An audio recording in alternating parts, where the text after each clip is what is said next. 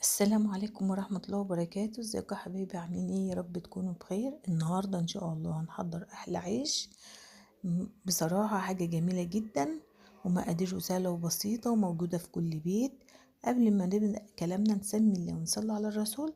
اللهم صل وسلم وبارك على نبينا محمد. وممكن كمان ينفع سندوتشات للمدارس، حاجة كده جميلة جدا. تحشي جبنة، تحشي لانشون، جبنة رومي، حاجة كده طعمها لذيذ جدا. يلا نخش على الفيديو بتاعنا ونشوف مقاديرنا الجميلة وعملنا الحلاوة والجمال ده ازاي. يلا نبدأ كلامنا. ما شاء الله. معايا الأول هنعمل تيست للخميرة عشان نشوفها نشطة، علشان ما نبهدلش الدنيا. لو هي فاسدة هنرمي حاجة بسيطة. معلقة سكر، نص كوباية مية دافية، وباكت خميرة، وهنقلبهم ونسيبهم على جنب. المواد الجافة بتاعتنا: كيلو دقيق، رشة ملح، معلقة سكر عليهم كده، ومعلقة كبيرة من البيكنج باودر. ما تكتريش الكيلو الدقيق، عليه معلقة واحدة بس. قلبي المكونات دي كلها في بعضها كده وادمجيها كويس، وهنبدأ نعجن. هنحط بقى الخميرة ما شاء الله عليها خمرت، ما خدتش وقت حاجة، ومعلقة خل كبيرة كده. وهنزل معايا كوباية لبن رايب. هننزل باللبن شوية بشوية كده، وهقول لكم هي خدت قد ايه لبن رايب. وبصراحة اللبن الرايب احلى من لبن الحليب في عجينها. ومعايا كوباية سمنة على زيت او زبدة على زيت، يعني زبدة على زيت. وبعد ما هنعجنها كده هننزل عليهم بكوباية الزبدة ونعجنها كويس. وان اللي حسيت انها بتلزق لسه هنحط معلقتين دقيق ونعجنهم تاني. واهم حاجة مرحلة العجن لازم تعجني كويس بايديكي، او لو عندك عجان هيريحك. ما شاء الله كده العجينة ما شاء الله بقت مظبوطة وطرية ما شاء الله عليها. شوفوا ما شاء الله، عجينة مطاطية. هنسيبها تخمر ويلا نحضر. جبت بقى الصينية بتاعتي وحطيت فيها مية دافية كده، وهغطي عليها علشان احنا في الشتاء لازم تعملي الحركة دي عشان تخمر معاكي على طول. وكده ما شاء الله ما خدتش نص ساعة خميرة واختمرت معانا. هنشيلها بقى من المية ونشوف المرحلة التانية هنعمل ايه. اللي وصل معايا الفيديو لغاية هنا منساش يفعل زر الجرس ويشترك في القناة ليوصلكوا كل جديد. يلا هنهبط بقى العجينة بتاعتنا كده وهننزل بيها على الرخامة وهنبدأ نشكلها معاكم. التشكيل سهل جدا وبسيط. ودي ما شاء الله عجينة ما شاء الله ملبن، حاجة كده طرية كده وجميلة وريحتها روعة. هو يشبه القرص الطرية، بس طبعا بتفرديه بالنشابة علشان يبقى عيش منتفخ وجميل. هقسم العجينة بتاعتي كده وهبدأ ان انا اقطعها حجم العيش بتاعنا. الحجم اللي انت عايزاه قطعيه. ده الحجم اللي انا هقطعه ما شاء الله عليه كده. اللي هتقطعيها طبعا هتكوريها كده بنفس الطريقة وغطي عليها علشان ما يعملش وش، ويبقى وشه ناشف وما بيبقاش كويس وفي التسوية. هنكمل بقية العجينة كده ما شاء الله كده. حاجة سهلة، ممكن تقطعيهم كلهم مرة واحدة على الرخامة كده، وبعد كده تنزلي تكوريهم عشان يتظبطوا معاك.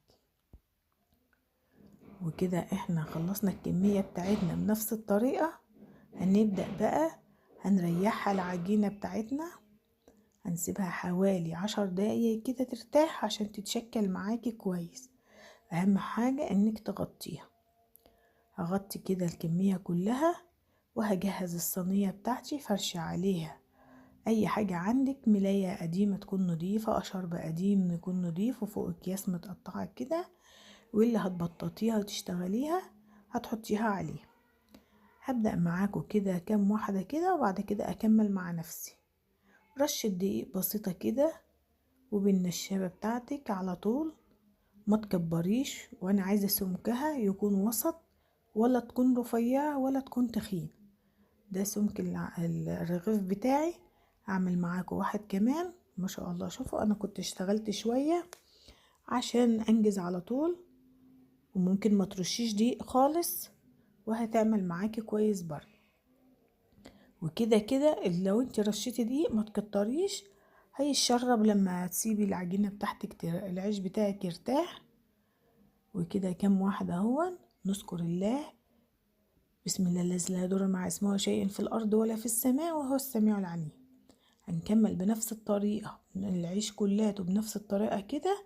وممكن لو حابة تعمليه عيش طويل، ممكن بدل ما تعمليه دايرة بتطوليه، يجوز كده ويجوز كده، الحاجة اللي تعجبك وهترتاحي وانتي بتعمليها اعمليها. ما شاء الله كمية كويسة من كيلو دقيق، ومقاديرنا بسيطة جدا. اي لبن عندك، شرش لبن، لبن قطع معاكي اضربيه في الخلاط واشتغلي بيه. ما عندكيش لبن رايب، هاتي علبتين زبادي مع كوباية لبن حليب. هنغطي بقى ودي الكمية، هي هغطيها كويس علشان تختمر معانا. هعمل معاكم شوية طوال كده عشان اللي ما تعرفش تدور العجينة تعملها زي ما انا بعملها كده. شوفوا ما شاء الله عجينة طرية وبتتفرد بسرعة. ريحي انتي بس العجينة عشان تفرد معاك. وهنسيب العجينة بتاعتنا تختمر قبل الخبيز. وكده خلصت الكمية بتاعتي، وادي العجينة بتاعتنا بعد ما اختمرت ما شاء الله عليها. هنبدأ بقى نكون مشغلين فرن البوتاجاز حوالي ربع ساعة قبل الخبيز. وتسخني الصينية الأول، وبعد كده تحطي عليها العيش وشغلي الشواية معاها. تحسي شوفوا ما شاء الله العيش بيقب معاكي على طول. شغلي الشواية بعد ما ياخد لون من تحت اديله اللون اللي فوق. شوفوا ما شاء الله. وساعة ما تطلعيه تحطيه على قماشة، وبعد كده تغطي عليه كويس عشان ما ينشفش معاكي. وبرضك لو انت هتحطيه في علبة وتغطي عليها او حلة وتغطي عليها عشان يدانه طري معاك.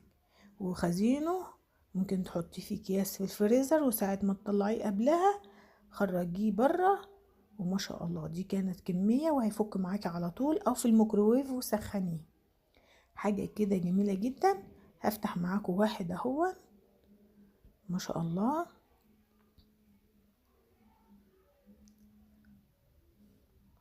ما شاء الله. شوفوا حاجة كده احلى سندوتشات هتعمليها لاولادك، وادي بايديكي كمان هتقطعيها. شوفوا ما شاء الله.